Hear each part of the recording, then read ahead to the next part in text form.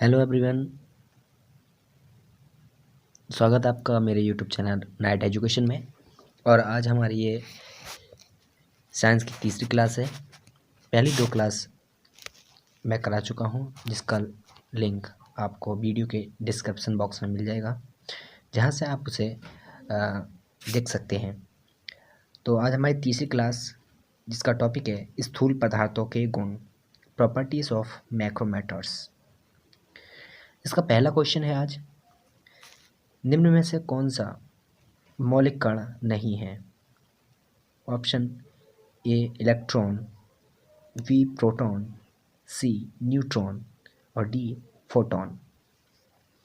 तो बात करें मौलिक कण है, तो जो मौलिक कण है वो इलेक्ट्रॉन मौलिक कण है, प्रोटॉन मौलिक कण है और न्यूट्रॉन। राइट आंसर होगा हमारा ऑप्शन नंबर डी फोटॉन, जो कि मौलिक कण नहीं है। फोटॉन प्रकाश के कारण होते हैं, जो कि ऊर्जा के बंडलों के रूप में पृथ्वी पर पहुंचते हैं। वहीं बात करें इलेक्ट्रॉन, प्रोटॉन, न्यूट्रॉन की, तो जो कि प्रोटॉन और न्यूट्रॉन किसी नाभिक में पाए जाते हैं, जबकि इलेक्ट्रॉन नाभिक के बाहर चारों तरफ चक्कर लगाते हैं। फोटॉन मौलिक कण नहीं है। बात करें इन्हीं इलेक्ट्रॉन, प्रोटॉन, न्यूट्रॉन के खोजकर्ता की और इनके डेट की, तो इलेक्ट्रॉन के खोजकर्ता जे टॉमसन और प्रोटॉन के रदरफोर्ड और न्यूट्रॉन के चैडविक।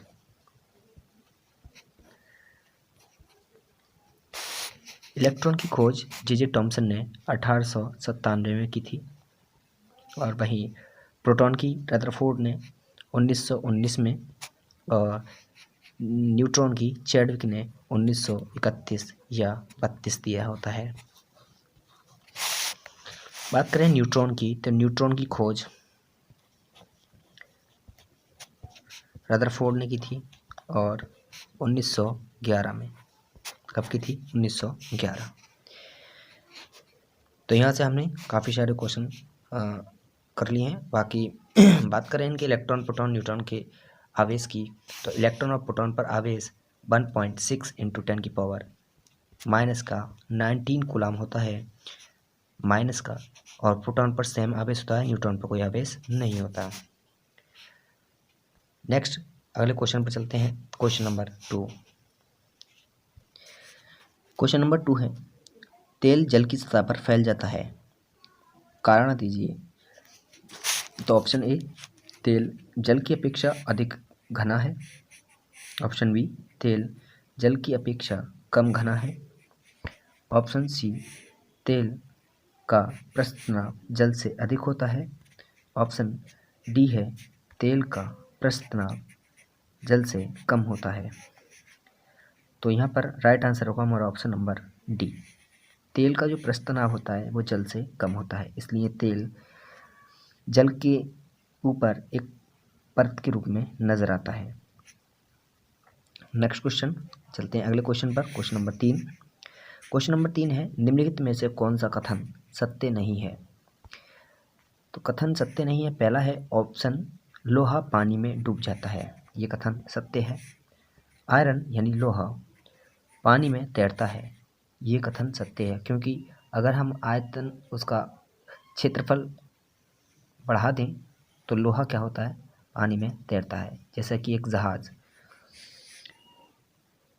ऑप्शन सी, पारा पानी में तैरता है, तो ये कथन गलत है। पारा पानी में नहीं तैरता, पानी में पारा डूब जाता है। लकड़ी पानी में तैरती है, ये कथन सही है। पारा पानी में क्यों नहीं तैरता? क्योंकि पारे का जो घनत्व होता है वो जल के घनत्व से अधिक होने के कारण पानी में डूब जाता है। पारे का घनत्व 13.6 ग्राम प्रति सेमी क्यूब होता है, और वही पानी का घनत्व 1 ग्राम प्रति सेमी क्यूब होता है। चलते हैं अपने नेक्स्ट क्वेश्चन पर। क्वेश्चन नंबर 4 है, सड़क पर चलने की अपेक्षा बर्फ पर चलना कठिन है, क्योंकि ऑप्शन ए है, बर्फ सड़क से सख्त होती है। ऑप्शन बी, सड़क बर्फ से सख्त होती है। ऑप्शन सी, जब हम अपने पैर से धक्का देते हैं तो बर्फ कोई प्रतिक्रिया व्यक्त नहीं करती। और ऑप्शन डी है, बर्फ में सड़क की अपेक्षा घर्षण कम होता है। तो हमारा राइट आंसर होगा यहाँ पर ऑप्शन नंबर डी। बर्फ में सड़क की अपेक्षा घर्षण क्या होता है, कम होता है। तो राइट आंसर होगा option number D is right answer. Fact है, पृथ्वी की सतह खुरदरी होने के कारण हम उसे पैर से धक्का देकर पृथ्वी को पीछे धकेलते हैं और न्यूटन के तृतीय नियम के अनुसार हम आगे बढ़ जाते हैं।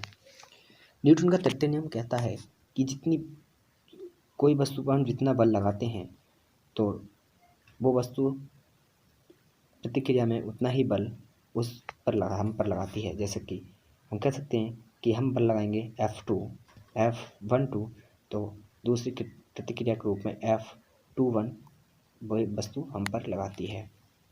यहाँ पर एग्जाम्पल आते हैं, जैसे बंदूक से छोड़ी गोली,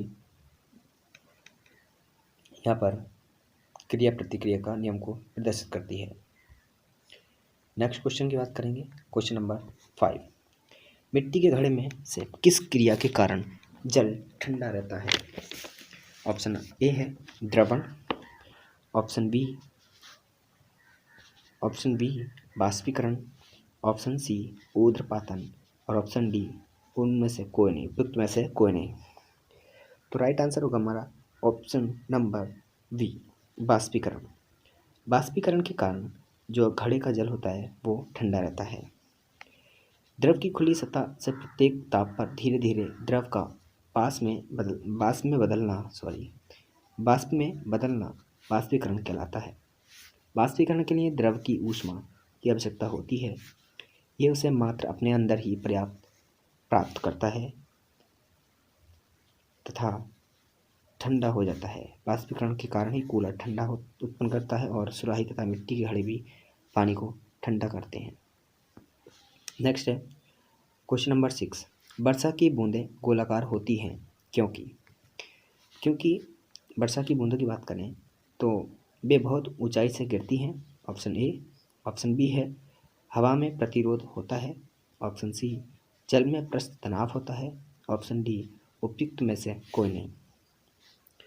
तो हमारा राइट आंसर होगा वर्षा की बूंदें गोलाकार होती हैं क्योंकि जल में पृष्ठ तनाव होता है। जल में ऑप्शन नंबर सी हमारा राइट आंसर।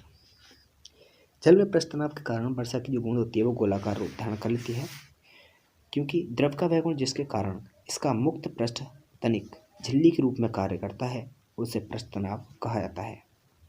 आयतन के लिए गोलाकार आकृति के पृष्ठ का क्षेत्रफल अन्य आकृतियों के पृष्ठ के क्षेत्रफल की तुलना में कम होता है, अतः वर्षा की बूंद गोलाकार हो जाती है। Next question number 7। साबुन के बुलबुले के अंदर का दाब कैसा रहता है? ऑप्शन ए है वायुमंडलीय दाब से अधिक हो जाता है। ऑप्शन नंबर बी वायुमंडलीय दाब से कम होता है। ऑप्शन सी वायुमंडलीय दाब के बराबर होता है या ऑप्शन डी वायुमंडलीय दाब का आधा होता है। तो राइट आंसर होगा हमारा ऑप्शन नंबर ए वायुमंडलीय दाब से अधिक होने के कारण साबुन के बुलबुले के अंदर का दाब वायुमंडलीय दाब से अधिक होता है साबुन के बुलबुले के अंदर का दाब। क्यों आप बात करें नोट में देखें, साबुन के घोल का पृष्ठ तनाव बहुत कम होता है, अतः गोल बुलबुले बड़े होते हैं।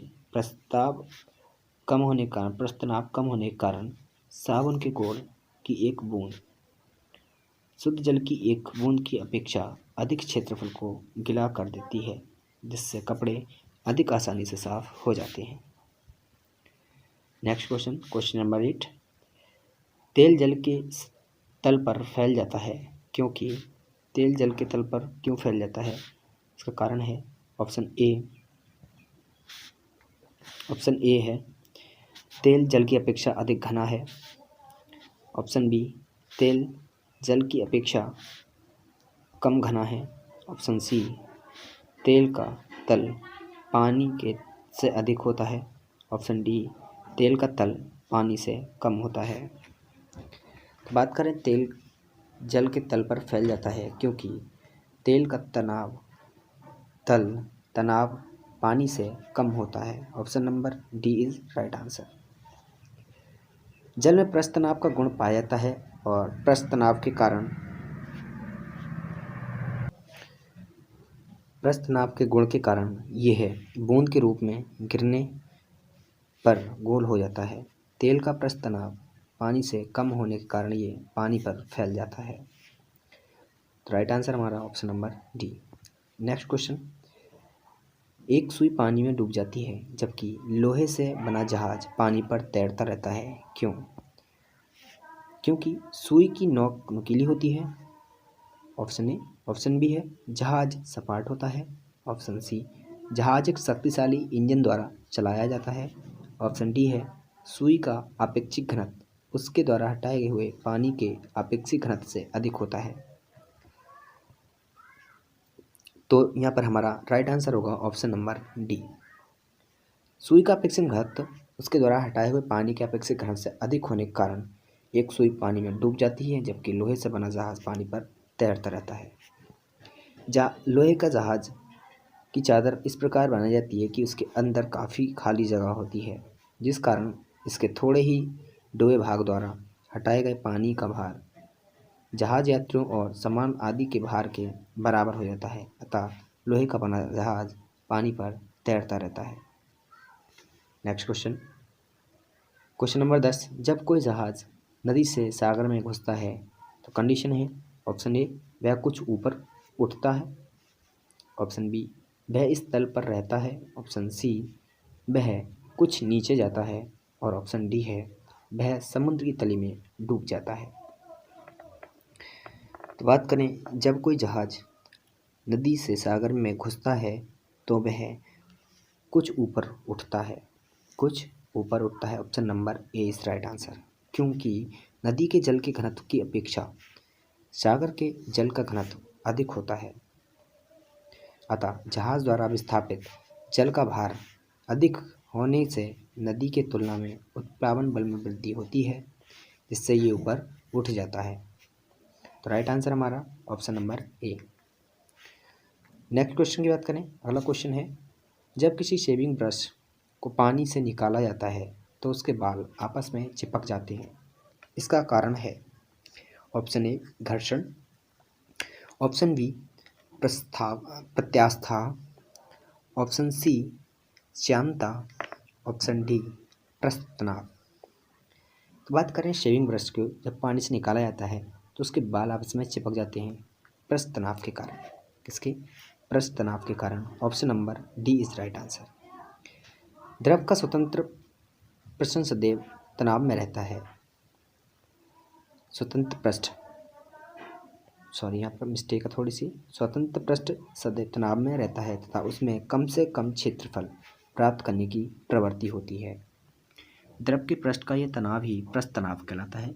पृष्ठ तनाव के कारण ही अपनी से बाहर निकलने पर शेविंग ब्रश पानी से बाहर निकलने पर शेविंग ब्रश के बाल आपस में चिपक जाते हैं। नेक्स्ट क्वेश्चन, साबुन के बुलबुले में रंग पैदा होने की घटना का कारण। ऑप्शन ए है विवर्तन, ऑप्शन बी विक्षेपण, ऑप्शन सी व्यतिकरण और ऑप्शन डी है ध्रुवण। बात करें यहाँ पर साबुन के बुलबुले में जो रंग पैदा होने की घटना है वो क्या कहलाती है? व्यतिकरण। व्यतिकरण वह घटना है, बात करें व्यतिकरण की तो वह घटना वह प्रक्रिया जिसमें समान आवृत्ति की दो प्रकाश तरंगें किसी माध्यम में एक ही दिशा में गमन करती हैं तो उनके अध्यारोपण के फलस्वरूप प्रकाश की तीव्रता में परिवर्तन हो जाता है, जिसे व्यतिकरण कहते हैं। अर्थात साबुन के बुलबुले में रंग पैदा होने की घटना का कारण व्यतिकरण है। आई होप समझ आया होगा। नेक्स्ट क्वेश्चन की बात चलते हैं। यदि पानी की एक बड़ी बूंद को छोटी बूंद में तोड़ा जाए तो पृष्ठ ऊर्जा, ऑप्शन ए है बढ़ जाती है, ऑप्शन बी घट जाती है, ऑप्शन सी है नहीं बदलती, या ऑप्शन डी बढ़ भी सकती है और घट भी सकती है। तो बात करें पानी का एक बड़ी बूंद को छोटी बूंद में परिवर्तित करने पर क्या होता है कि उसकी जो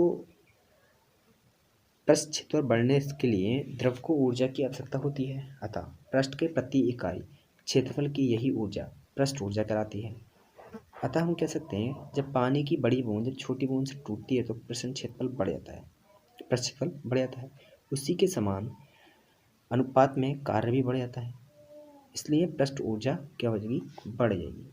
तो ऑप्शन नंबर ए हमारा is right answer. Option number A right answer. तो आज का हमारा ये है लास्ट क्वेश्चन था और आई होप आपको क्लास पसंद आई होगी। अगर क्लास